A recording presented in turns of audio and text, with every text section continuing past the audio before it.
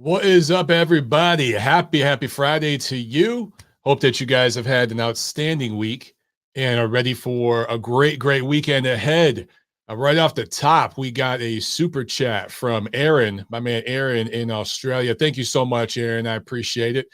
He says, "Love you, Mike. Going with the wife tomorrow to Prison Island trip off Moreton Bay. So we'll miss the fight. But prediction 115, 113 Bivol with controversy." Oh man, controversy. We all love that, right? You can't have boxing without controversy. Hey man, that's an interesting pick. You know, look, the betting favorites is Dmitrii Bivol, but interesting that you add the word to controversy there, because a lot of people think that if they're picking Zurdo, they're picking Zurdo controversially. So who knows what we're gonna get? But I gotta tell you guys, I'm looking forward to this fight, man. By the way, phones are open. I will go as long as I can today. If you want to get in on the phones, call in now. No need to wait. Just jump on in. But I'm tired. I'm very tired. My sister, Jennifer, was here helping out with the baby. She just took off this morning, drove north, went back home. And so thank you, Jen, for helping out. And so now my wife, Tiffany, and I, we got little Jackie all weekend, our first weekend alone with her. So that's going to be fun. But I made myself do road work today while Jackie was sleeping. While the baby was asleep for a little while, the wife, of course, stayed and watched her. But I went out and did 5K. It's the third time I've run in 7 days. I've made myself get out and do that. Other than that, I've pretty much just been in the house, so maybe that's why I'm extra exhausted. But felt good. Anyway, I am super duper looking forward to this fight tomorrow. And what do I always talk about in this show, guys, on this channel? I talk about having a build, fights with a build, promotions with a build. And this fight has it. I should bring up this poll that I have here on Twitter. If you haven't voted on this, get on in on this vote here. And I just tweeted, okay, get on the record. How does the main event tomorrow night in Abu Dhabi play out? And right now, almost 71% of you got Bivol points, which is right around what I'm seeing on my timeline. I feel like this was almost seen as like this 50-50 fight before, but it seems to me as we're getting closer to the fight, more and more people are siding with Bivol. But even the people picking Bivol, they're picking close, like Aaron did, 115, 113. Acknowledging that this is going to be a major challenge. I should mention both guys weighed in today, made weight, no controversy or anything, but we all know that Zurdo Ramirez is going to blow up in weight. He's going to gain a ton of weight over the next 24 hours, and he's basically going to be a cruiserweight tomorrow, might even be a bridgerweight in the ring tomorrow night. So that will be interesting. For Bivol, he's facing a guy that's a completely different body type and fighting style than Canelo Alvarez, the man that he faced and beat earlier this year. But back to my build thing, okay? The reason why this fight is such a great build, I mean, first of all, you have the obvious, right? Two undefeated fighters. Everybody now loves that. The O's got to go. You love it when two undefeated guys fight each other. It doesn't always happen in boxing these days. But you have, 60-plus fights between the two of these men, undefeated. Bivol, of course, longtime title holder at 175. He's held that title for a while. And Zurdo, of course, when he was at 168, he was a massive super middleweight. He's a super huge light heavyweight now, but he held a title there at 168. So he's a longtime title holder himself. The resume isn't all that sparkly and shiny with big names, but it's impressive, 40-plus wins. And again, when you add these guys' records up, the titles, the title defenses, everything checks a lot of boxes, right? Promotionally. But here's the thing. In terms of the build I talk about, if Bivol wins this fight and wins it big, he's my runaway favorite for fighter of the year. If you look at what he did against Canelo earlier in the spring, if he actually beats Zurdo and defeats him decisively, no controversy, right? Clearly beats him, even if it's close, as long as it's decisive, I think he's fighter of the year. I don't see how you could touch that, particularly given the fact that he's a Russian fighter, a Moldovan Korean Russian, I should say. and he, trains in Los Angeles, but I mean, the guy lives in St. Petersburg. I believe it's St. Petersburg, at least half the year, right? He goes back and forth between there and LA. But at least he was based there for the most part for most of his career. Anyway, fights in Vegas, and then he's about to fight in Abu Dhabi tomorrow. So he's stamping that passport, right? He's willing to stamp the passport. We don't see that from a lot of fighters, particularly American fighters. And if he wins this fight again, fighter of the year. But here's the thing. It's more than that. He's made it very, very clear, Dmitrii Bivol has. He said it right here on this channel. Go back and watch the video. He told me himself. He wants Artur Beterbiev next should he beat Zurdo. He doesn't want to do a rematch with Canelo, and I don't blame him. Nobody really wants to see that. He's just going to beat him again. It might be a little closer, but he's going to beat him again. I don't see how it's going to look any different than what we got with Haney-Kambosos, that rematch. There was a few different looks up front from Kambosos, but Haney pretty much dominated that fight. I think it'd be similar, obviously not in terms of styles and everything. Don't get me wrong. I'm not trying to compare the fighters in terms of their accomplishments, nothing like that. I'm just saying in terms of the dominance, right? So Bivol wins 2022 Fighter of the Year, barring some sort of political blacklisting, which could happen with certain media outlets here in America that don't want to vote for him for political reasons. But barring that, he would be Fighter of the Year. Then next year, he fights for the undisputed light heavyweight championship of the world. And in the 4-belt era, I don't know if we've had one. Maybe Roy Jones. I can't remember off the top of my head if he also had the WBO.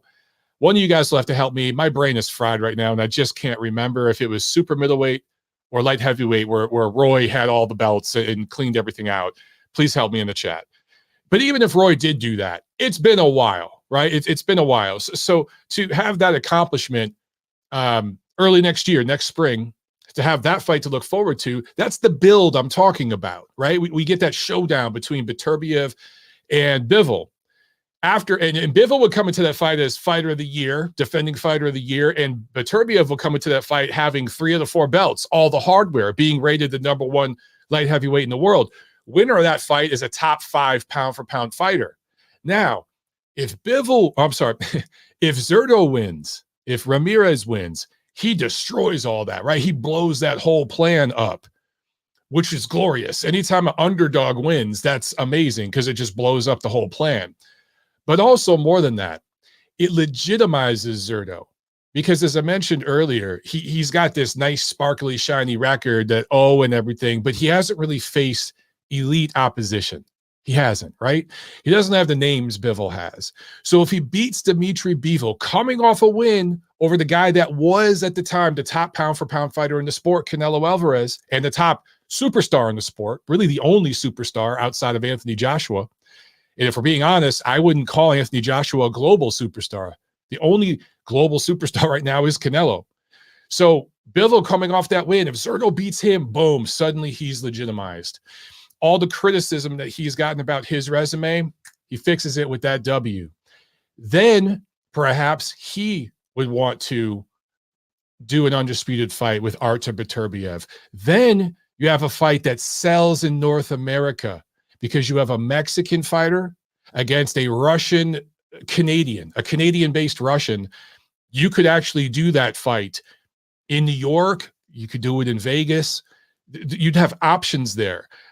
With Bivol and Beterbiev, it's a big fight for diehard boxing fans, but commercially, I don't know. I mean, up in like Montreal, that's a massive fight. Don't get me wrong. If Bivol would be willing to go up to Montreal, that's a massive fight up there, sure. But I'm just saying, I think the excitement with casual fans, should Zurdo become a light heavyweight title holder and do an undisputed fight with Beterbiev, I think that would be even more marketable. Just in terms of demographics, guys, it's simple demographics, right? And this sport and the marketing of it is all about demographics. So there's a build either way there, And I love fights like that where you have not only a storyline coming in, but you have a potential build to bigger business that casual fans can tune into. And the media, we have something to talk about. Regardless, whatever happens tomorrow, we're going to have stuff to talk about, like the implications of what happens tomorrow. I can talk about that in the months to come. whether it means we're going to get an undisputed fight with Beterbiev or something like that, right? I'll have something to discuss other than stupid negotiations on Twitter and all the race baiting troll assholes out there. Like, other than just trolling and talking about that crap, we'll have something substantive to talk about. That, for me, as like a boxing diehard fan and purist, but also a guy who dabbles in the media, that's what I love the most, is having some sort of storyline, some build to talk about with you guys. So anyway, let's see, I shared my poll here. Let's jump to some calls. I want to make sure I didn't miss anything in the chats. You guys, by the way, smash that like button, man. Smash it. If you're listening, you need to hit that like button. All right, let's go. Looks like we got Thad on the phone. Let's see how he's betting this tomorrow, because I know a lot of you guys are curious about that. Plus, look, there's some interesting fights on the undercard. There's other fights this weekend, too, that we could talk about. Let's bring them up. Dad, what's up, brother? How you doing, man? Hey, yo, Mike. Glad to be back on. Say congratulations again, and thank you. We'll move forward here with boxing, get down to business. What a weekend on DAZN. This is a fight that's pay-per-view worthy, okay? And we're getting it for free. Yeah. So let's just put it that way. And not only that, the undercard stacked. Yes. And let me just start with the main event. And I see this as an overlay in the line, because Bivol is 4-1, 3 to 4-1 favorite, which I think is too great. I think that's a carryover effect from the Canelo fight, which he overwhelmed Canelo, and he beat him so bad he could have finished Canelo if he really pressed the gas. But I think against Zurdo, this style is not good for him. Zurdo's bigger. He's a volume puncher. He pulls back, which is dangerous, but he does it in a slick way, and he'll hit you with an uppercut when you're coming in. He's a lefty. And for Bivol, that's going to create some problems. And I think a lot of people are overlooking this fight in terms of difficulty. And let me just say, if Bivol wins this fight, then he's top 3 pound for pound in the world. No question.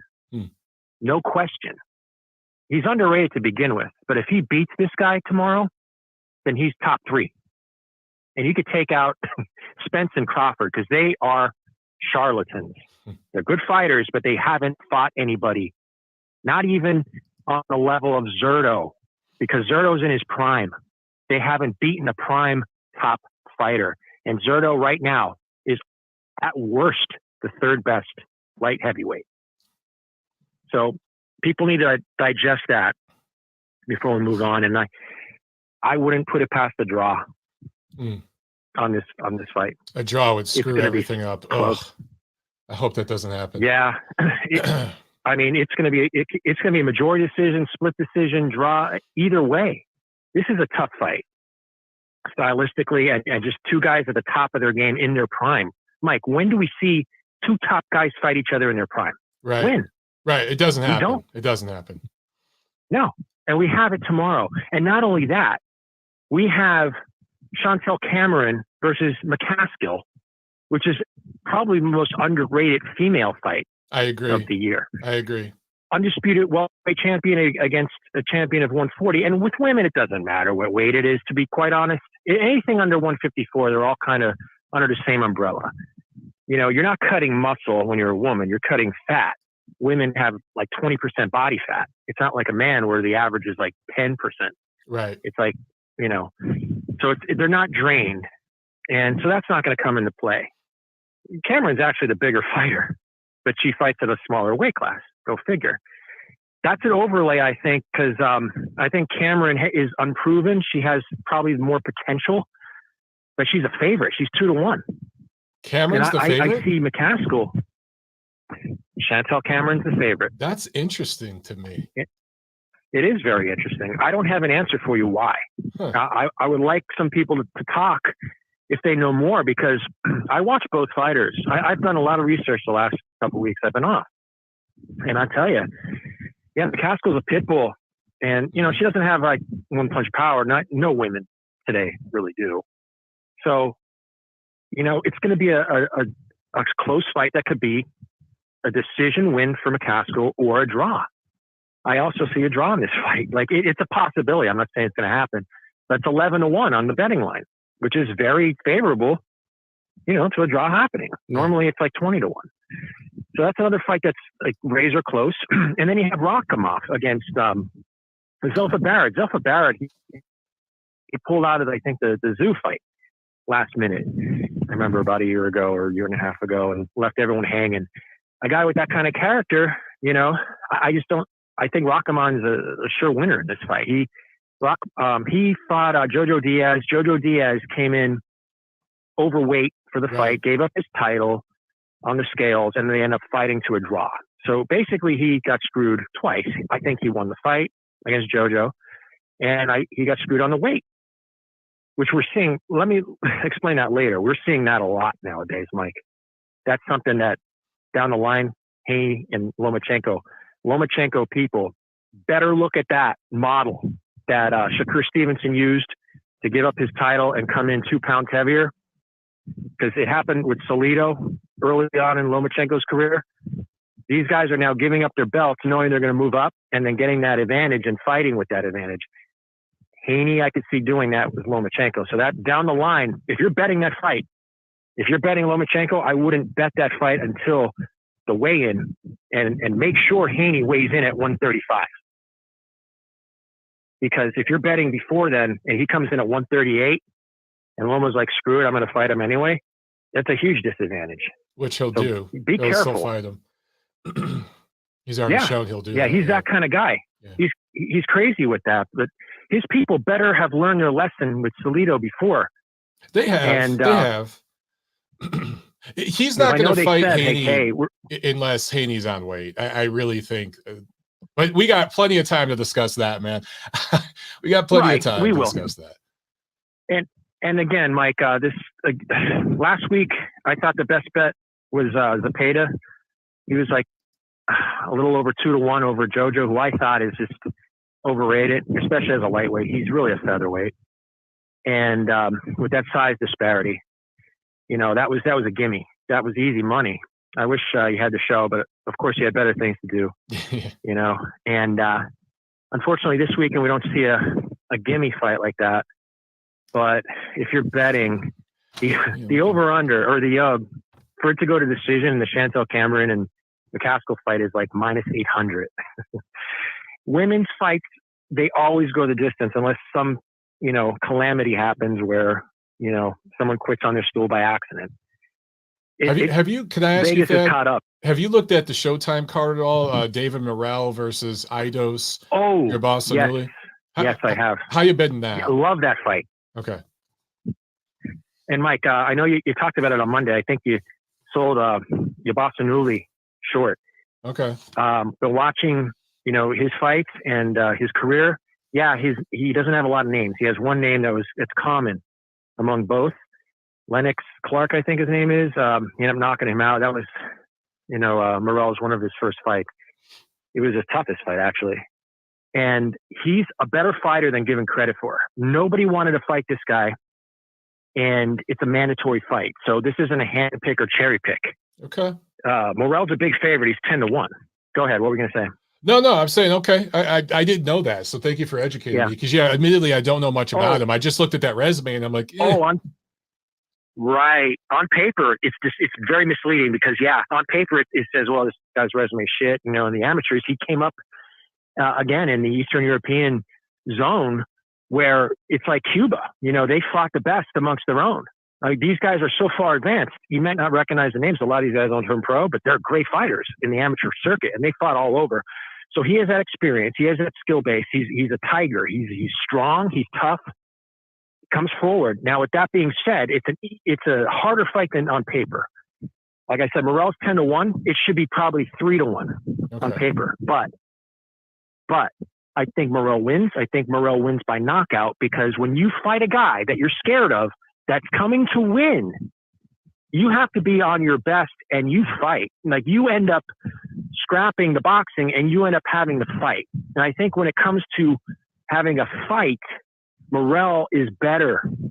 He has a little bit better power. He has a little bit better, sturdier chin, a little bit better in the skill set. And Yabasanuli is going to test him. And I think Morrell's going to pass that test. I think he's a better fighter than what we give him credit for. And if you're looking to bet that fight, he's minus 150 by knockout. Okay, so if you're going to bet him straight up, he's like minus 1,000, which is, you can't lay those odds with this fight. It's too close. But if you take him by knockout, you're 150 to 100. I think that's a reasonable bet. Because, like I said before, I don't think it's going to be a chess match. I think Yabasanui is going to come in there and just rock his world early, and he's going to force Morrell to fight to his potential, and he's going to have to fight him off. I really like him by stoppage, maybe by the round 8 or 9. Okay. So if you're looking at that fight, I mean, this is a great fight weekend, man. We got some. Like, I'm really looking forward to these fights, man. I haven't looked forward to fights like this for a while, so it's going to be nice to just sit on my couch, and I'll probably have my daughter in my left hand and a bottle in the right hand watching these fights. Lucky you. Yeah, that's the way, man. You're gonna live it up. Yeah, man. Because it's going to be, like I said, a bang out weekend. We might see 3 or 4 fights that are like nip and tuck all the way. We might see 1 or 2 draws. So if you're betting, take odds on a draw with the Bivol fight. Take odds on a draw with the Chantel Cameron fight. It's like these fights are so close, and on paper, you have a lot of misconception with the lines, the betting lines. So if you're doing your homework, you can make some money. There's some other fights too. Kasabutsky, I believe, the heavyweight. I think he knocks the guy out. I think he's minus 600 to do that. So there's great parlay opportunities. But in closing, Mike, I just want to say that I'm glad it finally took someone like Crawford, to kind of out Al Heyman and get some of his fans, to look at exactly who's been holding up all these fights for the last 10 years in boxing. I knew it as soon as Kovalev and Adonis Stevenson didn't happen. I recognized what the situation was with Al Heyman. He's been blocking fights his entire career. He's not a boxing guy. He's a businessman, and he's a crooked businessman. And we're seeing that play out right now. So people, you brought it upon yourselves with Al Heyman trying to support him. He came into boxing with this huge war chest, trying to play UFC and taking over the sport. He wanted to brand it his own. He wanted to overpay fighters so they come to his brand like UFC and have like a league of their own, and it backfired. He blew the money and overpaid fighters. Now you think that's a good thing. Well, they got their money, but it's bad for the sport because now you can't get the big fights because you have the entitlement complex. Spence believes he's worth $25 million. Crawford believes he's worth $25 million. No. They're basing that off of what they've been given. It wasn't a free market. It was a bubble, like in the stock market. Okay. If you're putting in funny money, it's not the free market that's dictating that. And eventually that bubble bursts. Well, I got news for you. The bubble just burst. Neither guy's worth that much money in a pot that maybe on pay-per-view nowadays can do about 350 pay-per-view buys. We just saw the Wilder fight, 77,000 buys. Come on. So now we can't get that fight because Al Heyman and other promoters trying to play catch up with him. Okay. They overpaid for fights that nobody wanted to see. The fighters believe that they're worth more than what the market dictates. And now they won't fight the big fights because they believe they're worth more. And they believe that they can go back to fighting nobodies for X amount of dollars when in reality that market doesn't exist anymore. Because free money doesn't exist anymore unless this new apparatus that's coming out with Crawford, it starts the whole process all over again like a new PBC, which would be bad for the sport. If they're going to pay Crawford $10 million to fight Avenesian, we don't want to see that fight. But it's just going to attract the same kind of garbage that we've been having to deal with in American boxing, not world boxing, American boxing, specific to certain fighters who don't want to make the fights. So I'll leave you with that, Mike, if you want to comment. But this is a tough situation right now in boxing. But I'm glad Crawford brought light to it with Heyman because it took that for those people on that side of the street to see the reality that they've been ignoring for so long. So with that, Mike, I'll let you go and enjoy the boxing weekend. Thanks a lot, man. Have a good weekend, brother. Thank you. You too. I got real quick some super chats, and then I'll get to some of the stuff that I talked about, and we'll get to some more of your calls. Sam with a super chat. Thank you, Sam. He says Zurdo barely beat Jesse Hart twice. Bivol by easy decision or late stoppage. He is just a better fighter, period. And then WTF is McCaskill a dog for? And he's regarding Thad's comments that McCaskill's a dog. Listen, I've been to a lot of McCaskill's fights. I've hung out with her and her trainer a lot when I'm up there in Chicago. Great people, wonderful human beings. She trains hard. She is a dog in the gym and in the ring. She's a monster, man. Not the most skilled boxer out there, definitely not, but she brings it, and she'll bring it tomorrow. That's going to be a fun fight, guys. That female fight. I'm with Thad on that one. Gonna bring it. Sam with another super chat. He says, thanks again, Sam. He says, draws in the UK are rare, goofy scoring, even rounds. That's a good point. When's the last controversial draw we've seen in the UK, in a big UK fight? For me, I think we get a lot more controversial draws in America, especially in Vegas, and especially with some of these just bigger fights that are on pay-per-view and stuff. We see draws sometimes. There's a few that I can point to in recent years. Papa Chubby with the super chat. Thank you. He says, love an afternoon fight. Looking forward to Bivol versus Zurdo. Yes, sir. And in fact, I should mention, guys, the ring walks for the main event should be right after 5:00 p.m. Eastern time. It'll be somewhere like around 5:15 is when they're scheduled to do ring walks. That's Eastern time, okay? So for you guys on the West Coast and stuff, it's going to be like 2 p.m.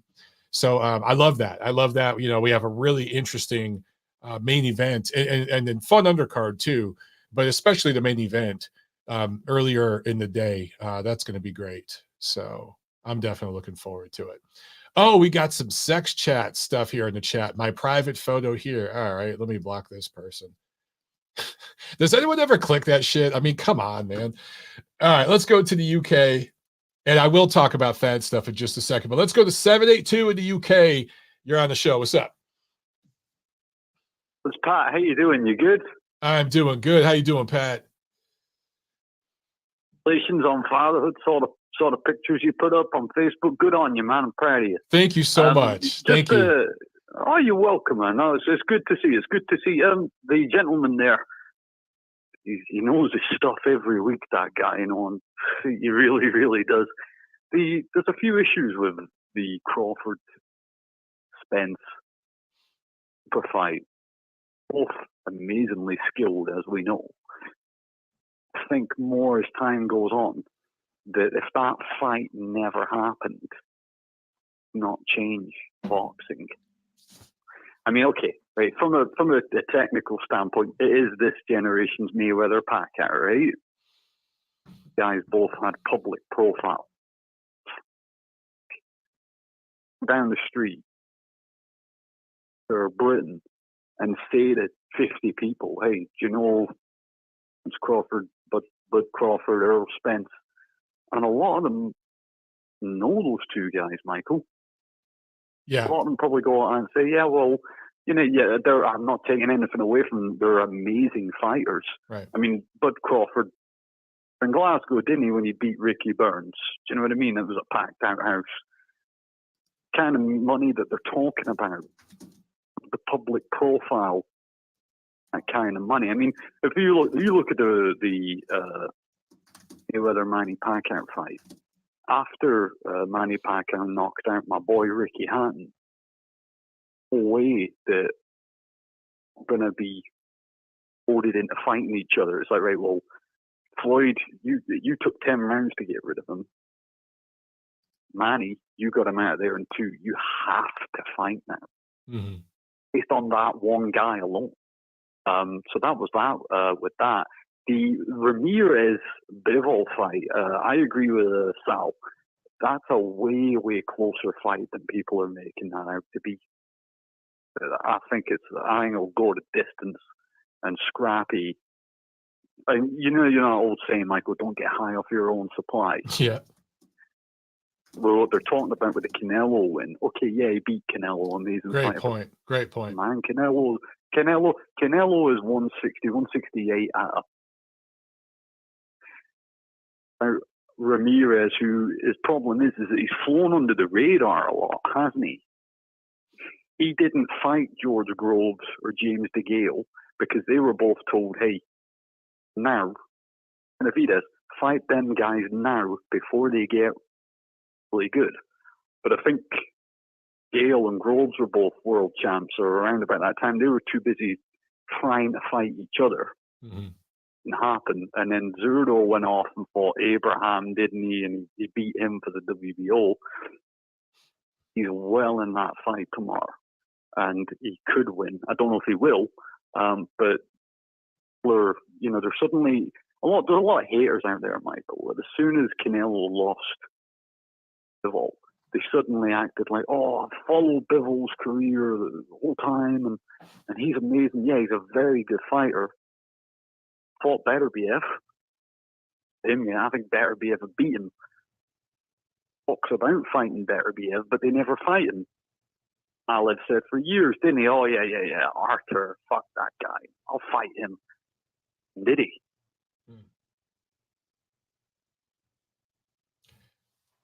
No, I didn't know if that was a rhetorical question or a literal question, but obviously no, they haven't fought. Yeah. But do you not think there's a part of that, though, Michael? Well, I think it was very complicated. It's not 100% on Bivol. I've known Bivol for years. I wrote, I think the first article I wrote about him, I can't remember the year, man, but it was in the actual magazine. That. But I've followed him for years, and I've been to several of his fights in multiple cities, actually. And I think Bivol was under the radar for a while with a lot of fans, and he just hit the radar this year. Monte Carlo and that, wasn't it? Right. Yes, absolutely. And even he fought in Chicago here, and there wasn't a lot of fans interested in that fight. And he was just under the radar for a while. Now he's on the radar after the Canelo fight, but I'm with you. He can't come into this overconfident. He is facing a completely different animal in Zurdo Ramirez. And I'm with you, and I'm with Thad, that this is going to be a very competitive fight. If Bivol does win big, let's say he wins 116, 112, 117, 111, something like that, I will be very, very impressed. I'll be very impressed. Then you would have to give him credit then, because then you would go like that and say, well, and then that looks good on him and it looks good on Canelo, because it's like, hey, look, didn't only just lose to a light heavyweight, but he lost to the heavyweight. Come on, then it stops being.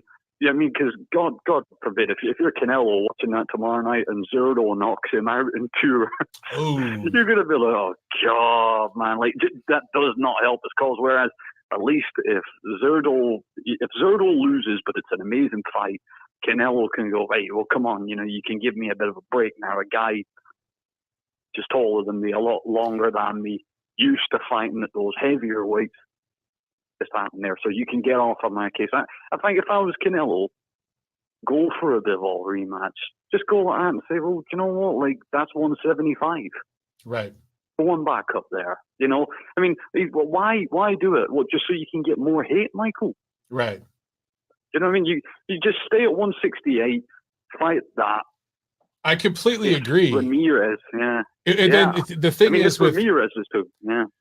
I'm sorry. I was just going to say the thing is at 168, to your point, Caleb Plant and David Benavidez, they haven't announced an actual date or the venue or anything, but they, I guess, have agreed to fight. That'll happen, though, Michael. Apparently, that'll happen. Caleb Plant has announced it on his social media, so I will take him at his word that fight's happening early next year, and if it does,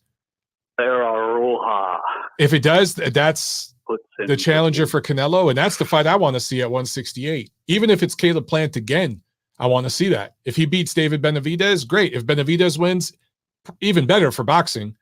And just in terms of the marketability, that's what I want to see. So we might get undisputed. We might clean out light heavyweight and super middleweight within the next 12 months. That would be outstanding. Benavidez, I mean, okay, he's a funny guy, he's hilarious. That guy's scary, man. Like, he's like, a scary guy.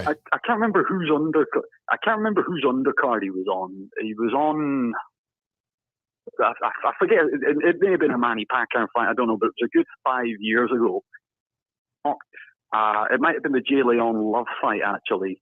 And then the British commentators on Sky Sports said after the fight had ended and back in the studio, like, get him now, he improves. Yeah. Now at 23, while he's got the WBC or in and about that area, and chance you're going to have against him now, because the kind of body type he has, I don't think he's going to be struggling to make. He's not like a mountain of muscle, is he? No. Where he's coming into those weigh-ins. He's a fat kid that lost all the fat, because he used to be a big fat kid when he first went into the gym. He was a super heavyweight. You know yourself, man. But Michael, he just doesn't stop punching. Yeah, he's got a motor. Doesn't stop. Yeah. You know, I mean, like that J. Leon Love fight. I mean, okay, you know, he stopped it. He didn't. What was going to happen? He was teeing off on him. The fight, and I think, and I might be in. I know a lot of people don't agree with this. If he starts getting Plant in trouble, I have the power to keep him off. The power to keep him off. I think David gets him out of there in 7 or 8, but I could be proven wrong. I'm wrong at the time. Yeah. But we'll see. We'll see how the fights go tomorrow, Michael, and I'll speak to you next week. All right. All right, brother. Have a good weekend. Well done again. All right. Okay. See you, my friend. Ciao. All right. All right. Let's jump to Mendiola. Really wants in. So we're going to get him. Then we got Nacho on deck, and we'll keep going from there. All right, guys.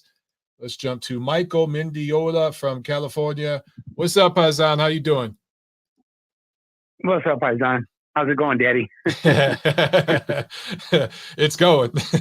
Hey, listen. I'll try to be brief. I haven't called in quite a few weeks. I've been listening every show just about. But I just want to, and this is not to shit on Thad, because he seems like a great guy and he knows obviously the betting side of boxing. But there's so many things that this guy says that are just flat out, guys. They're just their opinions.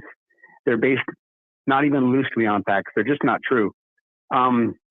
First, when he was talking about who has either of these guys beaten their prime or who has Spence beaten his prime, I thought Sean Porter was pretty much close to his prime when Spence beat him. Tough fight. I was at the fight. I think you were there too. When Ugas was pretty much in his prime, it just came off the biggest win of his career, beating Manny Pacquiao. And then Danny Garcia, in my opinion, that was his prime at 147, even though I feel he was a better fighter at 140. Mm-hmm.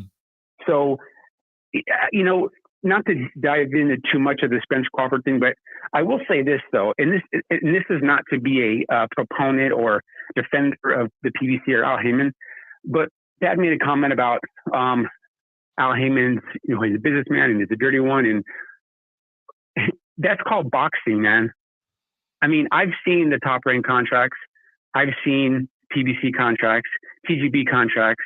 I've looked at them all right directly in my hands as some of the fighters I'm working with reviewing these contracts, whether they be for a fight, or whether they be for when they're first signing to a big promotional company or even a small promotional company, like, you know, Iron Boy or Del Sol Boxing or whoever.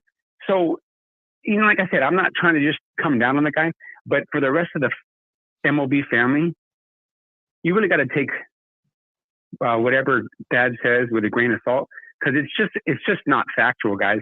It isn't what it is.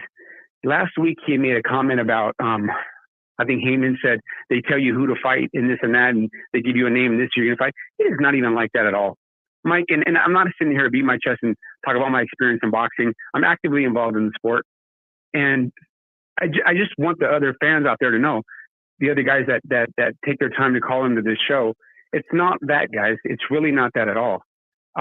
Fighters are not told who they're going to fight. In fact, just a few weeks ago, one of our fighters who was signed to PBC was given 3 names on who he wanted to fight. He's not told who he's going to fight. He's given 3 names, and this fighter's coming off of a loss. So you would think somebody coming off of a loss, Al Heyman would say, "Hey, you're coming off of a loss, or here, what? You're going to fight this guy now." No, you're given the option, and you have the option to make the decision to fight that guy or not. So all boxing is a dirty business. All these guys are criminal, right? Whether it's Heyman or Bob Arum or Don King in years past, all of them, you couldn't trust them with anything. You wouldn't want them to handle your finances, let's put it that way. So, and I know I said a lot there, but and like I said, Dad seems like a great guy, and he has some good advice on gambling. but it's just not true what he's saying, guys. I personally was excited to see the Spence Crawford fight, and I will say this: guys like Lomachenko, who just fought, what did he say? He said it, I think, even before the fight and even after the fight. He said, Devin Haney's the A side. Whatever he says, whatever terms, I'm willing to accept because I need those belts. Well, we all know Spence is the A side. That's not even an opinion. In my opinion, he's much more than the A side. He's like the A plus side. And the same people that are saying that Terrence Crawford has all this clout and all this, these skills or whatever that justifies him being on a more level playing field are the same guys that turn around and say that Lomachenko's overrated. Bud Crawford's claim to fame is he's a 3-division world champion, right? Well, Lomachenko's a 3-division world champion and did it in record time. So once again, you got to be we have to be consistent as boxing fans and boxing personalities. We have to be consistent. I think Crawford is really the one that messes the whole thing up. And I'll get some more information on that. I'll talk to my contacts in TGB and also some of the fighters that I know that are currently signed with the PBC, and I'll find out the real story. And I'll tell you offline. Mike's not going to come here and air anybody else's dirty laundry, but I will tell you offline. In addition to a few other things that in response to what Thad had said about Al Heyman. And Al Heyman, the reason why he ever even got involved in the boxing game, it's a whole nother conversation on another day.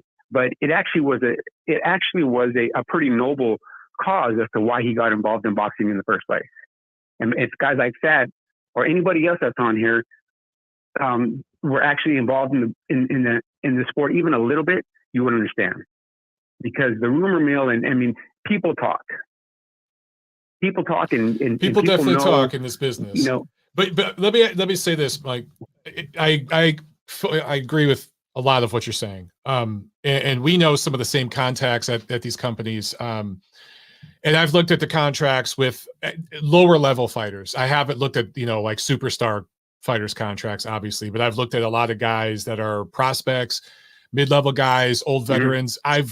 There's people I know who do legal counsel, and I've referred some people, some fighters to these people and stuff like that. So I know exactly what you're talking about. But like you said, they're all kind of shady. They all do kind of shady things. The one thing I agree with that on, because I have direct evidence of this, when Heyman did the whole PBC thing and he did the shift from Golden Boy, because he was working with Oscar and Schaefer and all, and then he moved everything. There was this mass exodus. He really was trying to do like a UFC thing. They were trying to do like a hostile takeover, and it didn't work. And there have been some negative repercussions from that, specific to American boxing, because Heyman does the most American fighters. Can you agree with that? Or no? Absolutely. And I don't know how much of that story and how those fighters were able to get out of those contracts with Golden Boy and move over to PBC. Some of those contracts weren't even contracts. It was Oscar was asleep at the wheel with a lot of it. I know. Schaefer was responsible for that. Yes, that dude. Schaefer, in not so many words, stuck the dagger in Oscar. And I'm no fan of Oscar De La Hoya at all. Yeah. I think he was an amazing fighter, and I respect him, and I've met him on a few occasions. He's come to the gym a few times. But from a personal level, I wouldn't piss on him if he was on fire. But so anyways, there's just a lot of things that happen in this sport that I sit back and I watch and I listen to what people say, and very rarely do I call in, but I just had to call in and just kind of set the record straight on a couple things. I'll tell you more about it offline, because like I said, there's so many things that I'm sure you've shared with me and vice versa that I don't really want to air here, because that's not my job to sit here and just air a bunch of people's private business. But the fighters that I've worked with and I currently know, and by the way, Munguia did buy the Summit in Big Bear. He bought it outright. He's now the official owner of that. That's awesome. He bought it outright. Yep. Yeah, one of our kids was up there the other day, training and running. So before Jaime, we were out in Guadalajara. But anyways, so with that being said, my take on the fight this week, I think Bivol wins a close decision. I think Zurdo will have his moments, but I think Bivol's smart enough and he's got the movement in and out to stay out of real trouble. But we'll see. I mean, I could be proven wrong. He could get caught, like Joe Smith caught him, and he could get caught. You never know. Absolutely. Well, that's really all I had. And what else? I think that was it. Very disappointed in my boy Jojo Diaz. I think that kid really needs to take a hard look in the mirror. Yeah. And like that, he did say one thing, right? He said he needs to fight out a different way. He's not a featherweight. There's no way he can make featherweight, but 130 is where I think he should fight. He's just not big enough for these 135 guys. You know, he's got the same problem Loma does. He's just undersized at that weight. Completely agree. So enjoy the rest of your week. I'm not going to get to see. I'm going to watch the fight tomorrow, but I'm going to miss my boy Chon Cepeda fighting in a couple of weeks. I will be in the motherland. I will be in Italy. Oh. For a couple of weeks. My daughter's there now. She's been there. My oldest has been in Sicily for about a month now. And we're going to be flying out there at Thanksgiving to spend some time with her. So I'll bring you back a nice souvenir, man. That sounds awesome. Yeah, man. Keep me updated with your travels over there, man. Send me some pictures, bro. I will, brother. All right, man. Yeah, Great call. We're going to take. Thanks, man. Have a good one. And cheers, MLB family. Have a great weekend. Thanks a lot, brother. There we go. Right, man, that was a great call. Great call. Hamed says, get Thad and Mendiola on the chat together and have a debate. Hey, maybe we could do that. All right, we got some big super chats here. One for my man Chris. Thank you so much, Chris. I appreciate it, brother. Says, hey, Mike, God bless the greatest baby of all time, baby Jacqueline. This Crawford Spence drama is hilarious. Hopefully, it'll make fighters force fights so they don't lose out on the big bag. Salute. Hey, man, I appreciate it. Thank you so much. And, you know, I agree with you. I going all the way back to Thad's call, because he brought up Terrence Crawford. So I don't know if you guys saw this, but he went on Instagram Live and went on this diatribe about the negotiations between him and Spence, which is essentially him and Al Heyman's people, because Spence really wasn't negotiating. Crawford was representing himself, and I don't think anyone would disagree with that, right? Because we know he left Top Rank last year. And Spence is not in a position where he's really representing himself. He has people represent him. So it was Crawford dealing with Spence's management. And so Crawford laid out his side of the story. And then Spence responded in a few tweets. Some of the tweets you could tell Errol wrote them. Some of the tweets you could tell he obviously did not write them. Somebody wrote those tweets for him, or he copied and pasted it. And the only reason I'm saying that is because I follow Errol Spence, and I know his rhythm and how he speaks and how he talks and how he tweets. And there's certain syntax he uses, structure, sentence structure, and it completely changed with a couple of tweets. And it was just kind of funny to see where you could tell an advisor stepped in and said, hey, before you send that, let's reword it, or something like that, right? So I don't know whose side of the story to take. My general position is, well, there's two things. I know for a fact, because I have been told by people close to the situation for years, Terrence Crawford is not easy to work with, okay? From a promotional standpoint, from a media standpoint, he is not an easy guy to work with. So there's that. But there's also a track record with a particular promotional outfit in the way they do business. And things get delayed. They get pushed to the final hour, a lot of times past the final hour and past the due date. And Max Kellerman used to say, I'm going to completely butcher the way he would word it, but he said that the boxing business used to be that fighters were manipulated for the benefit of the fans. Now there are outfits, and he was talking about PBC, even though he didn't say it out loud. This is exactly who he was talking about. Trust me. I have plenty of good reason to say that. But he said now it's the opposite. Now the fans are manipulated for the benefit of the fighters.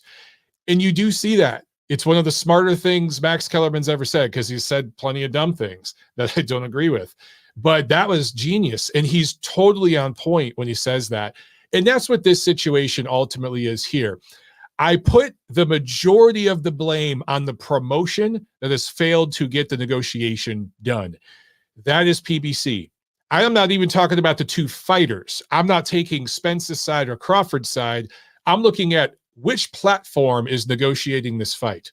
It's PBC. They have failed to bring the fight, period. So it's on them. Okay. And I would say the same damn thing if it was Top Rank. Last year, the whole debacle between Tyson Fury and Anthony Joshua, you guys who watched the show, you remember me dissing Top Rank because I thought that was more on them because they were contractually obligated to fight Deontay Wilder again. I didn't need to see that fight for the third time. Some people wanted to see it, but the whole time they were talking about Anthony Joshua, right? Remember that? And they knew the whole time they had this thing going, this arbitration going on in court, and they completely dropped the ball. That was 100% on Top Rank. So I'm consistent on this. It's not me beating up on one platform over the other. But anyway, that's just the way I tend to see this situation. I kind of leave the fighters out of it in that regard. I do think ultimately both fighters want the fight, and I still think it will happen next spring. I really, really do think it will happen. Super chat from Anthony Santiago. Thank you so much, Ant. I appreciate it, brother. Says, what up, Mike in chat? Let's please not go in depth on the Crawford Spence BS. Oops, sorry, Ant. I wish I read your super chat first. He said, I'm done with these two, LOL. Bivol UD tomorrow and moves to top 5 pound for pound. Then beats Beterbiev next year, will be number 1 pound for pound, and make his claim as an all-time great in 2023. Wow. So Ant thinks very, very highly of Dmitrii Bivol. That would be a hell of a run. I'll tell you guys now, if Bivol, he already beat Canelo, if he beats Zurdo, and then he beats Beterbiev, and let's go with this. The Canelo fight was in Vegas, right? That was in America. Now he's going to fight Zurdo in UAE. If he beats him there and then fights, let's say, Beterbiev in Canada. So 3 fights in a row against 3 top-level opponents and in 3 different countries. That is pound for pound type shit. So if he can do that, wow, we're talking about a very special fighter. All right, back to the phones we go. Let's talk to Nacho and get his take on this stuff. Nacho, what's up, my brother? How you doing? Hey, what's going on, Mike? I haven't had a chance to say congratulations on you and your newborn. Thank you. Thank you very much. I do have a bone to pick with you, Mike. Uh-oh. You're out here saying that she was, thirsty and she wanted to take a, enjoy a beer yesterday. Yes. I thought you were getting her road work done so she could prepare for her her debut coming up now. Mike, come on. All she did was sleep.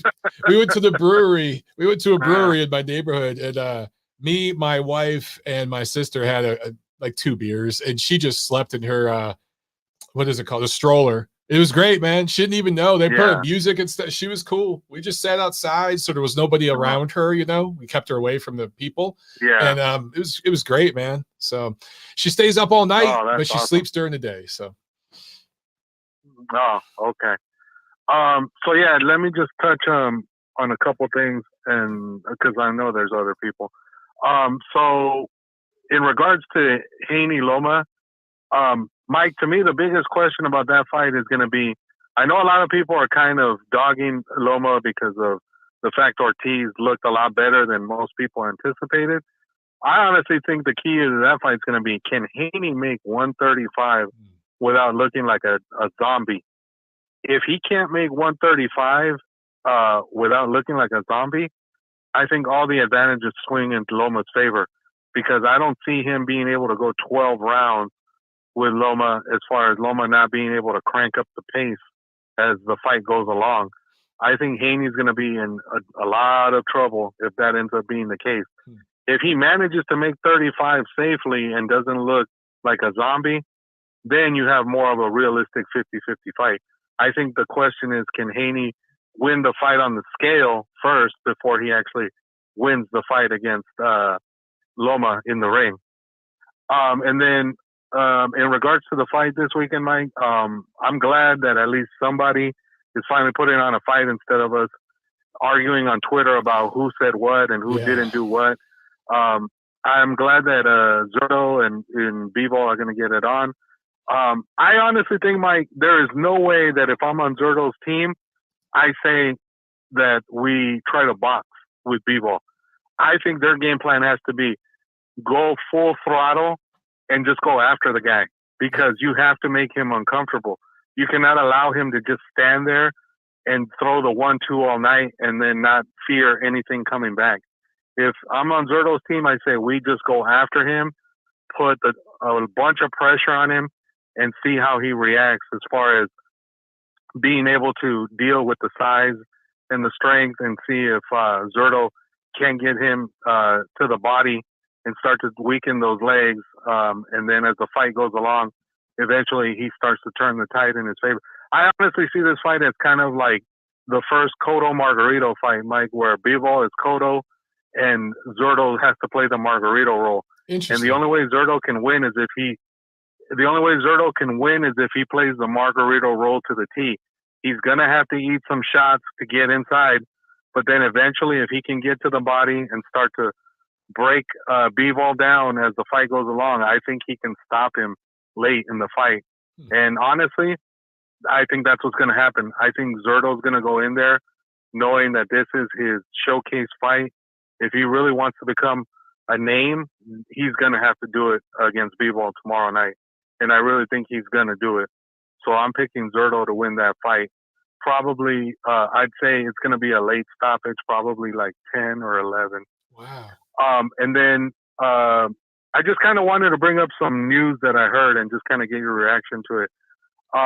So they made the fight between Jermaine Franklin against Dillian White in a couple weeks. What do you think about that fight? I got to take White in that. I just haven't been that impressed by Franklin lately. I'm trying to think what fight did he have lately where he did not look. Was it Rydell Booker when he fought Rydell Booker? No, he fought Jerry Forrest. Was it Jerry Forrest? Pull him up. Yeah, because there's. Yeah, that's right. Okay, yeah, he barely got by Jerry Forrest. So it was Rydell Booker. I don't know what to think about him, dude. Do you know where they're going to do that fight? Oh, it is in Wembley, huh? They're doing that fight in Wembley. Yeah, it's in England. Yeah. I look at Franklin's resume and I don't know, dude. He's up and down in weight. That last fight, he was 277. The fight before that, he was 231. And White still has power, experience. I don't know, dude. How do you see that? I gotta favor White. Yeah, no, I'm in the same boat. Because Franklin is just such a wild card that you don't know what he's going to come into the ring at. If he comes anywhere near 231 again, I think you'd have to give him a legitimate shot to win that fight. But if he's going to be 250 plus, then yeah, I think all the advantages go to White. I would totally agree with you on that. And then the other one that was made, and it's on the undercard of Pedraza and Tio, was Jerry Forrest against Jared Anderson. What do you think of that matchup? I like that a lot. I like that because Jerry is a guy that he always gives a good effort. I know there's that one time, who did he walk out of the ring against? That wasn't Jerry, was it? I'm thinking of someone else. Are you talking about a Jagba? Yeah, no. That was that guy, Curtis Harper. Yeah, that was Curtis the Hurt Harper. That's right. Yeah, okay. Jerry Forrest, man, he's got good experience, been in there with some top guys. I think that he is perfect for Jared Anderson, like a little step up for him here. I like that fight a lot. Okay. And then I just wanted to touch on it because I don't know if anybody has brought it up. The Tuesday card in Japan, Mike, seeing Masahiro Nakatani, seeing Nakatani get beat down by that kid Yoshiro was really eye-opening. I thought Nakatani was gonna, beat him. I thought he would figure out a way to outbox the kid and beat him, but man, Yoshiro went in there and took him out, and he did it impressively. I don't know if you've had a chance to see that fight. I think the kid, if they're smart, they don't keep him in Japan. I think he could be a legit threat to a lot of guys at 47 if they want to make him into a real name. Right now, he looks like he's popular in Japan, but I think that kid could legitimately be a contender, you know, on the world level if they get him the right fights. Because I liked what I saw from him. I liked the skills and I liked the effort that he gave against Nakatani and taking him out. I think he could be a legit threat at 35 if they move him correctly. And then with the other kid, oh God, I'm blanking on his name right now. The 112-pounder that fought Rodriguez. That fought Bam? Geez, no. He fought Francisco Rodriguez, a veteran contender from Mexico.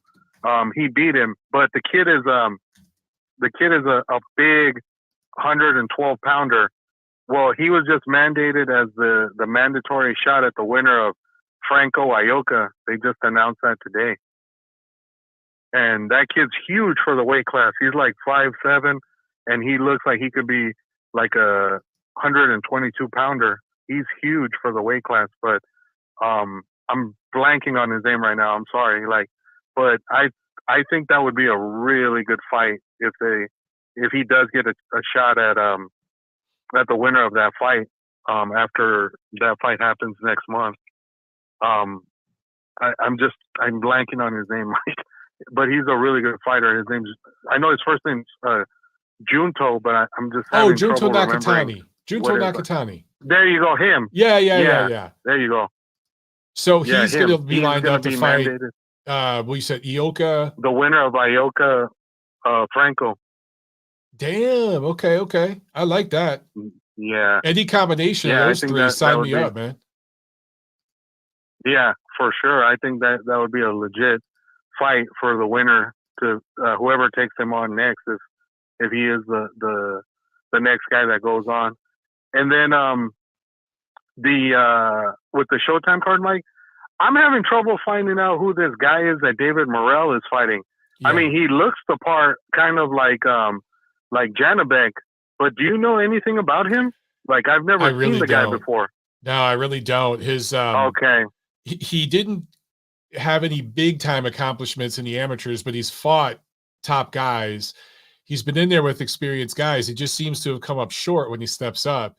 So I'm expecting Morrell to win, but you know, Thad was on the chat earlier. He said he's pretty familiar with him, and he expects him to give Morrell a tough fight. So we'll see.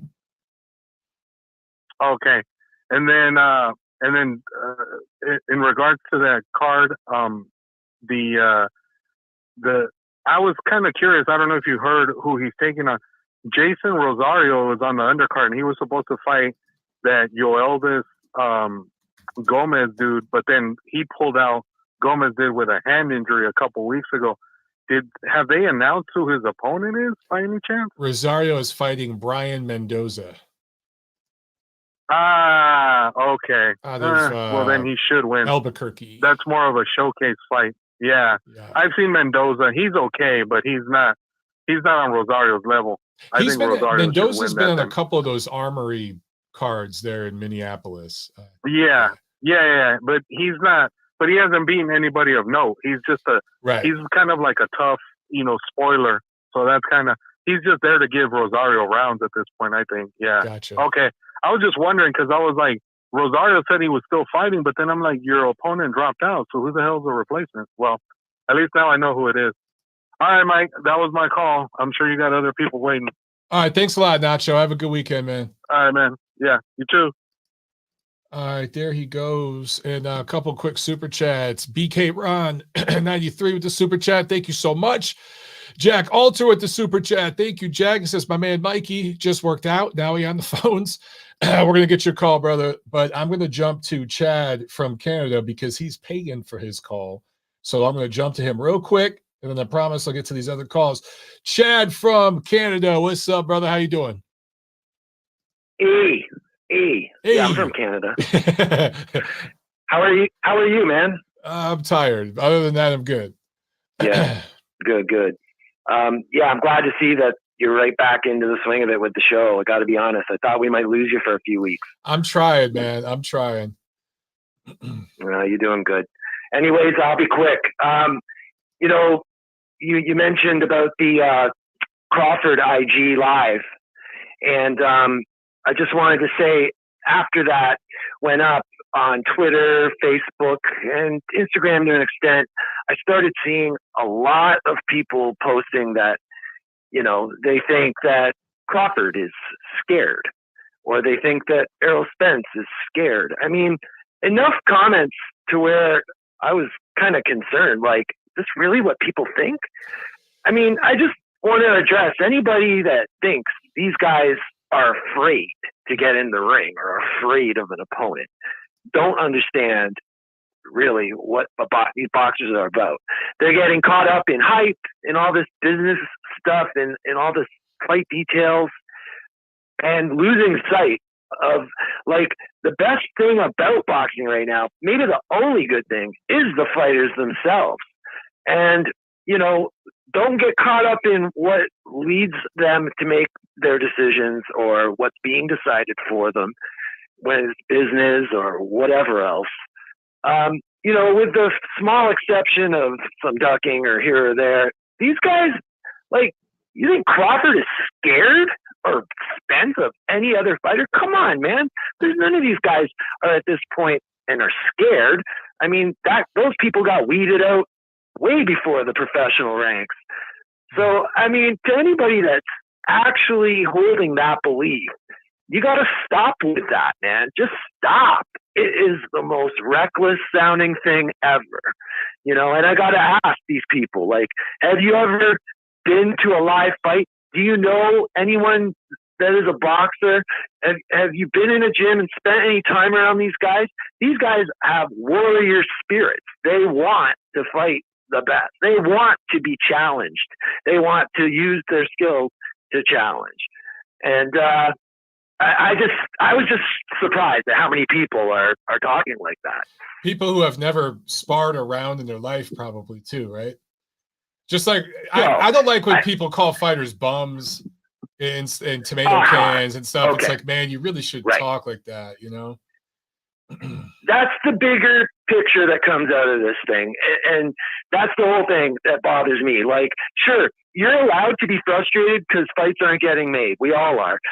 You're allowed to, you don't like a fighter's style, or you're not entertained by a fighter. That's all fair. But when you start, like, just calling out guys bums, and like I said earlier, they're the only thing that's good about the sport right now. And I feel like fans just take all that for granted when they talk like that.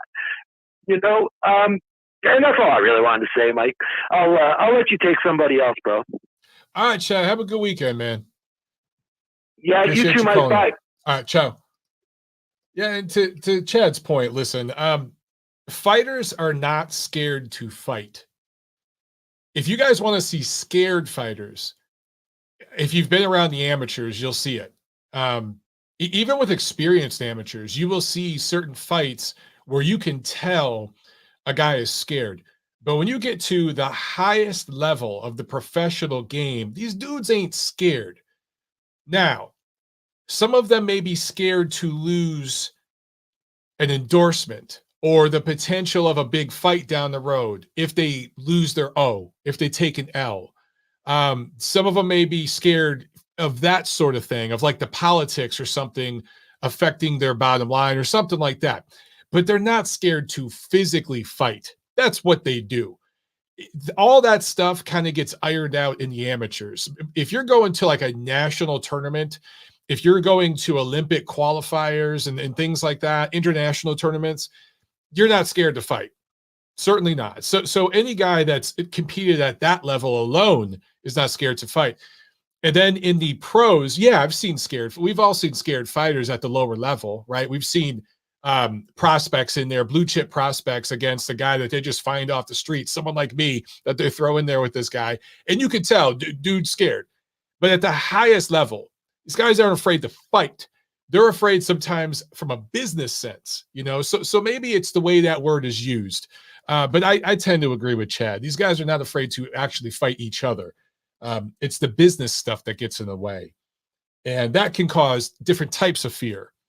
And it's up to the boxer's management to mitigate all that risk and take care of their fighter. Some are better than others at that, but unfortunately, sometimes the way some of those entities go about business hurts the sport. It hurts the fans. All right, let's jump back to the phones. We got 262 on the line. What's up? Hey, Mikey, it's Johnny Boy. How you Johnny doing, Boy. I thought that might be you. What's up, Paisan? How you doing, man? How you doing, Paisan? Congratulations on the baby. And Thank you so everything. much, We're real man. happy Grazie for you. mille. I appreciate it, man. Yeah, glad the house and everything's coming along well and all that stuff. But, you know, as far as the fucking, excuse my language. Nah, go ahead and swear, man. Fuck it. It's Friday. All right. Here, yeah, I try to watch it when I'm on yours, you know, because I got some professional shit going on. It's all good, man. It's all good. Fucking, dude, I'm just so here. Quit calling in and talking about Crawford and Spence for fuck's sake. For Christ's sake, we've been talking about the fucking thing for 4 years. It still ain't happened. And I'm a fan of both of them guys. I like Spence. I used to not like Spence, but I grew to like him. I've always been a Crawford fan. They ain't fucking fighting. Let it go. Start talking about some other shit. We got a great fight. We got a great fucking fight tomorrow, and everybody's calling and talking about Spence and Crawford, a fight that should have happened 4 fucking years ago.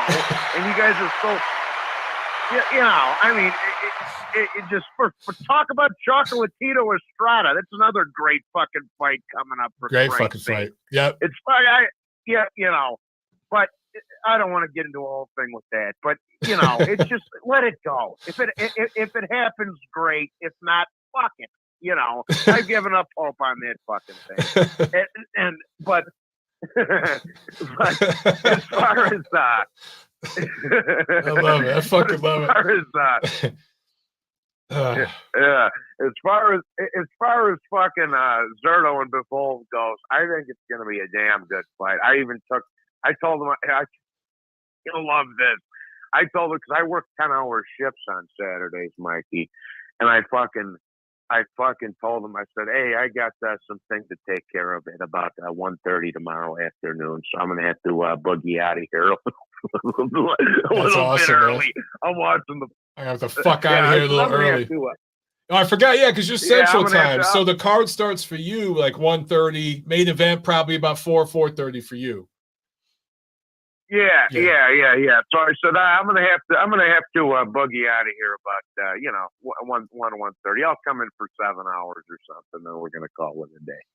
There you go. But I said that's how hyped up I am for it. I was surprised that, but it's gonna be a great fight. I think Bivol gets them on points. They were replaying a bunch of Zurdo fights on with whatever the Spanish Fox Deportes. The last few nights, I was rewatching it and rewatching quite a few of his more recent fights, and I think Bivol's gonna. I speed kills. You know, that's all I got to say. I think speed. I think the speed and the fluidity and the fucking footwork and everything. I think he's just gonna dice him. I think Zurdo will have his moments, but I think it's gonna be a pretty decisive points decision for him. To be honest with you. That's the way that's like my gut feel. You know what I'm saying? Is that, like you said, speed kills, straighter punches, and Bivol has fought the better fucking fighters. If you just look at the resume, he's fought the tougher guys. This should be his moment, you know. But I do think Zurdo will have his moments, like you said. Yeah, and I mean, is Zurdo even fought anybody as good as Pascal? I don't think so. No, I don't think so. Yeah, I mean, and the other thing is, though, you can't look at the Canelo fight and judge it off of that because that's a completely different stylistic matchup. One of them guys is a 5'8", roided up fucking ginger, and the other guy's and the other guy's a fucking 6 foot. The other guy's a 6 foot fucking 3 gorilla that's got to drop 40 pounds. You know.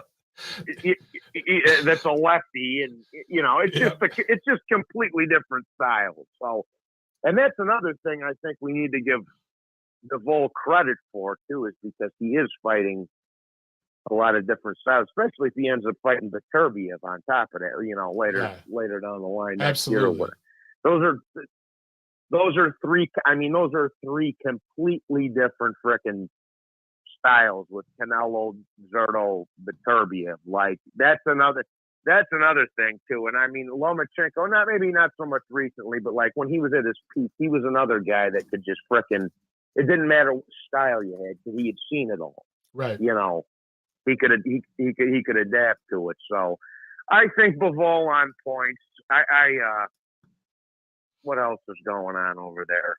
Morrell, we'll see. I don't know much about the kid he's fighting, like the last guy that called in, but and then maybe the chicks will have a good little frickin' fight there on the undercard there. And who else is on that card? Rakhimov, yeah. Yeah, Rakhimov. See, I don't know much about the kid he's fighting. Is the kid he's fighting any good? Not really. I think that's a showcase fight for Rakhimov, honestly. Yeah.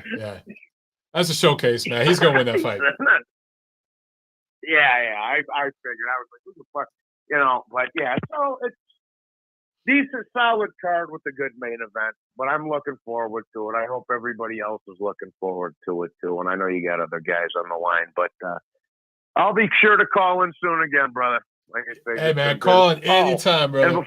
Good shit, man. Good shit. Hey, dude, real quick before I go, when I was in the can over summer, Mike, and I got fucking word back that Bivol beat Canelo. Hey, dude, you remember on Analyze This when De Niro's jumping on the fucking jail tables and shit like that? That is singing fucking West Side Story. That was me in jail when I got the fuck. That was me after I got word from my brother that he beat him. I was like, that's fucking awesome, man. Awesome. Oh, that's outstanding. All right, brother. Have a good one. Congrats to the family. Take care, bro. You too, man. Thank you so much, Johnny. No problem, buddy. There you go. Oh, man, that was a great fucking call. Oh, man. God damn, I haven't heard from Johnny in a while. Johnny's a funny fucking guy, man. Oh, boy. Sam in the chat with the super chat. Thank you, Sam. He says, Zurdo will gas late. Bivol will not. Bivol wins. I tend to agree, man. I tend to agree, especially if Zurdo comes out the way Nacho said and tries to just like muscle Bivol and outwork him, which I think is what he's going to try to do. If Bivol can negate all that and use his footwork and whatnot, I think Zurdo will kind of tire late and just kind of wear down. And that's when I think Bivol will really start to shine. I actually think it wouldn't surprise me if Zurdo is up after 3 or 4 rounds, or if it's like even fight 4 rounds in or even halfway through. It would not surprise me. But it's those middle rounds going into the late rounds where I think the class, the experience, and the straighter punches will start to show for Bivol. The only thing that could really fuck that up is if there's a cut. If there's a headbutt, a cut, that could get in the way. That could be an issue. We got a super chat also from BK Ron 93. Thank you so much. He said, Mike, fantasy matchup off of today's topic. Aaron Pryor versus Sugar Ray Leonard. Who wins and how, in your opinion? Semper Fi, brother. Always to your continued success in family as well. Thank you so much for that. You know what, dude? I got to go with Leonard, and I got to go with Leonard pretty decisively in that. And I'll tell you why, dude. Size. Ray Leonard's just a taller, longer guy. He's got to be 3 or 4 inches taller than Aaron Pryor was. And the power that Pryor had at like 35 and, of course, 140, he's not going to carry that at 147 when he fights Sugar Ray Leonard there. I think Leonard could do everything Pryor could do, but better. And at 47, Pryor's just not going to have the power that he did in those lower weights. So I got to go with Leonard, and it would go to decision, but I think it'd be like 117, 111 around there. I know my answer may not be popular, but that's just the way I would see that matchup. Definitely. Okay. I think we're caught up. Let's go to the phones. We got Jack on the line. What's up, Jack? How you doing, brother? Hey man, it's been forever, bro. It's been Yeah. like 3 weeks. It's been crazy.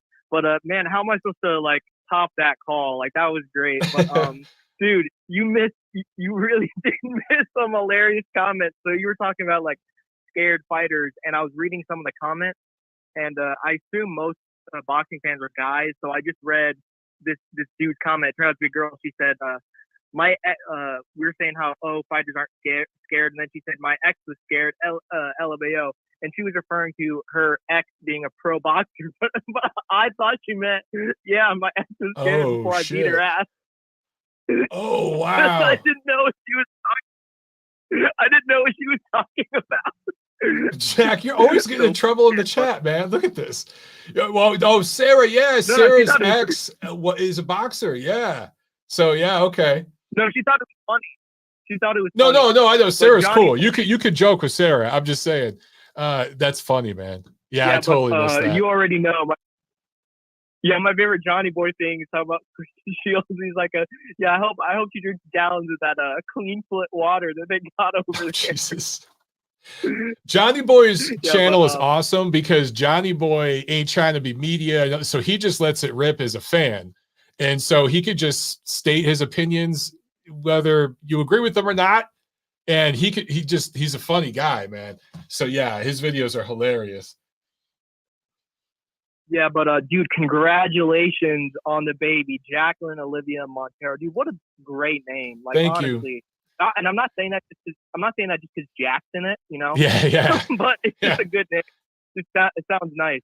And I don't know if you noticed this, but like when babies are newborn, a lot of them are kind of ugly. But dude, that's the cutie you got. You know what I mean? Dude, like, I know babies. you're so right.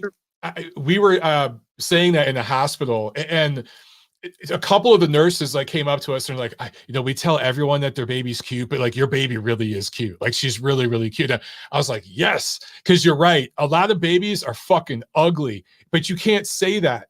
But our baby's cute. And yes, I'm biased, but she's cute. Yeah, you already know her with your Gucci, but shit, man. What was I about to say? Oh yeah. So last time I wasn't able to talk about Plant versus Durrell, and I was gonna say because Stephen Breadman Edwards, right? Yeah, great guy. Caleb's new trainer. So I don't know if you remember, but I was saying, hey man, I know you said that Caleb Plant doesn't punch so hard, but I was saying to everyone before, Plant can punch. If Plant like tries, he can punch, and you were saying, nah, man, he doesn't hit hard. And Stephen Breadman Edwards said when he was hitting mitts with him, I don't know if you heard this. He was like, damn, man, you actually have a lot of pop when you really try. And Plant said to him, I don't really try. I try to hit guys with hard shots, but I don't really try to knock them out.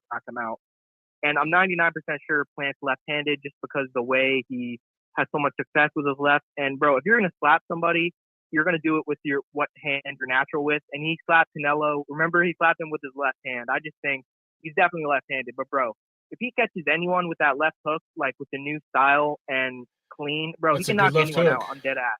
Yeah, and you know what, Jack? You're bro, right. When he sits down on his shots, he has enough pop to get respect for sure. I agree. No, and you were saying how I was so pissed one day because you were like, was I surprised Plant slept Durrell? I wasn't. And I'm like, shut the fuck up. I wasn't. No one expected. I wasn't shocked. Durrell shot the shit. Was I surprised? Yes. I was surprised because I thought I'd go the distance. But was I shocked? No, dude. Durrell's like 55. But, I mean, it was a great knockout. But, I mean, it's not like he knocked out. Now, if he does that to Benavidez, okay, that's different. Then I'd be shocked. You know what I'm saying? That's what I want to talk about next. Okay. Dude, that fight, I'm 99%. That fight's done. That fight is officially signed. Because if both guys say it's signed, yeah, like then it's most likely signed. Yeah. Am I right? Because both guys were saying it's signed. They've both have it on their social media. I think the fight's done. Yeah. Dude, what a fucking fight. And you know what? I love Benavidez and I love Plant. Like I've met Benavidez, but Plant's a dog. And with this new trainer, it's kind of going to be like Tyson Fury with the Emmanuel Steward's nephew, Sugar Hill Steward. Bro, it's going to be a fun 50-50 fight in my opinion, bro. If Plant can keep Benavidez off, and he can if he really lands some really good shots, bro. It'll be fun. I don't know. I assume you're going to be taking Benavidez, but bro, Plant's going to give him that work, and he could win. No, listen, I totally agree with you. I do think that it's like if you put a gun to my head right now. Now my opinion might change, but right now I'll pick Benavidez. But I'm with you, dog. That it's 55-45. It's close. It's close. Plant. He surprised almost everyone I've talked to, and he surprised you. Well, I'm not, like you said, not shocked. Against Canelo, the way he was able to survive so long and have so much success, dude, even I was surprised. I thought, like, it'd be, like, shorter than the Saunders fight. Bro, he was giving Canelo that work for a few rounds. Every round was competitive. Canelo probably won, like, 7 rounds. Plant probably won 3 or 4. But, bro, yeah, he was giving Canelo work, and like excluding Golovkin, 168, like Saunders, Callum Smith, he did much better than those other guys. But yeah, you're right. You're right. Yeah, and real quick, yeah, I gotta go into Nacho. So my name's Nacho, and I picked Zurdo by stoppage. Bro, how? I'm sorry, dude. It's such a goofy pick. I ain't gonna pick Zurdo by stoppage. That's like picking Paula. No, I was gonna say that's like picking Paulie Malignaggi by stoppage, but it's just because of styles. Like Zurdo's not gonna stop anyone at like world level. Probably not, but if he's right, he's gonna look like a genius. If he's right, so we'll see. Shit, man. But yeah, I think Bivol, and same thing with Plant and Usyk. Like, even though this is totally different, Bivol, if he wants to, if he sits down on shots, he can punch. Yeah. And it really depends on if he can land a really flush one on Zurdo. I mean, Zurdo's a big guy, but bro, Bivol was able to walk down and stand toe-to-toe with Joe Smith, who Joe Smith is by far, well, Bivol's probably the strongest guy physically, the strongest at light heavyweight. Like, better be a killer puncher, but he's not that physical. Well, he is physically strong, but against Joe Smith, you saw that he just has a hard punch. Like, it's not necessarily that he can walk guys down. He can just punch really hard. You know what I mean? But shit, I'm going from place to place. But Bivol Zurdo, it's a great fight. But bro, Bivol's gonna give him that. You're gonna give him that work. You already know he's gonna give him that work. But yeah. The electric corner says, "All right, Mike, that's all I got." Nacho, I'm sorry, Nacho. Nacho's my guy. He doesn't really like me. Nacho's awesome. I kind of just like do that. Like, yeah. I try to do that to make you laugh and try to bring some light to the show. I appreciate it. Nah, Nacho's cool because I think you could joke with him about shit. I mean, like, we did that one show where his phone died like 800 times, and we were all giving him shit, and he's cool about it. So, yeah, man. But it's gonna be. I'm feeling great today, man. Been working out a lot. Gonna get a job soon at a fitness place. And yeah, man, life's going good. I hope everything's going good with you. I already know that, man. Everything's going good. It's going pretty good, man. It's tough right now. I'm just really sleep deprived, but it's going to clear up over these next couple of weeks. We're getting Jackie on her little sleep schedule. It's kind of getting better every night, you know. So like a couple more weeks, and then it'll be all ironed out. It'll be a lot better. Once I can start working out again, I'll feel better. Awesome, bro. One more thing. My prediction for Zurdo Bivol. Probably going to say Bivol TKO in the 11th round. Yeah. Bivol TKO in the 11th. All right, cool. All right, Jack. Appreciate it, man. All right, Mike. That's all I got. Have a good weekend, man. All right, there he goes. We got real quick super chat from another one from Sam. Thanks again, Sam. He says, that British heavyweight last week is a monster. Right hand is just vicious. Definitely a prospect, fighting again in December. Which British heavyweight? Now we got to look. Who fought last weekend? You guys, last weekend, I was completely delirious. So are you talking about, did Fabio Wardley fight? Is that who fought last weekend? Let me see. Was it him? Was it him? Was it him? No, it wasn't him. Now I'm curious. I'm curious. Who was it, Sam? You got to give us a name, bro. You got to give us a name. I appreciate the super chat, though. All right, guys, that's it for calls. I think we're going to wrap it up. We're right at an hour and a half. So guys, enjoy the fights this weekend, man. Great show, great calls. This was a caller-driven show, right? I talked for maybe, 15, 20 minutes, and then we got right into the calls, and we had a bunch of good ones. So thank you so much for that, guys. We'll do TNC Monday. As long as I can be awake, we'll do TNC Monday. So have a great weekend. Enjoy the fights, and that's it. All right.